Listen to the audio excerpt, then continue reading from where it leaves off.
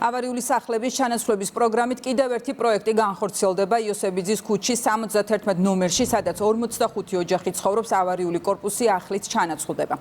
ოჯახები მერიას ქირით გახავს. პროგრამაში ჩართვა მოსახლეობის თანხმობით ხდება და ამ შემთხვევაში მერია საცხოვრებელ კორპუსებს ახლებით ანაცვლებს.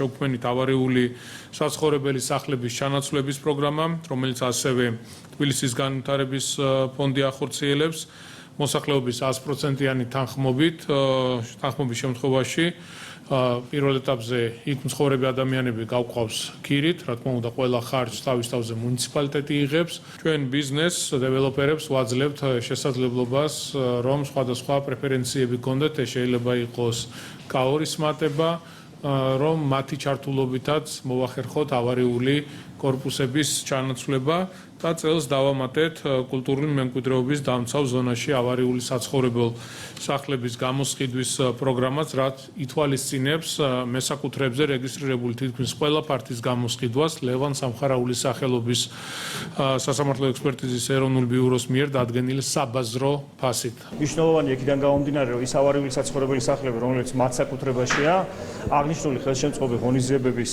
გატარებით მოხდება ამ საცხოვრებელი სახლების დემონტაჟი და მის ადგილას ახალი თანამედროვე ტიპის საცხოვრებელი სახლის აშენება, სადაც მესაკუთრეებს გადაეცემათ არანაკლებ მათ საკუთრებაში არსებული ფართის ტოლი ფართობი გარემონტებულ მდგომარეობაში.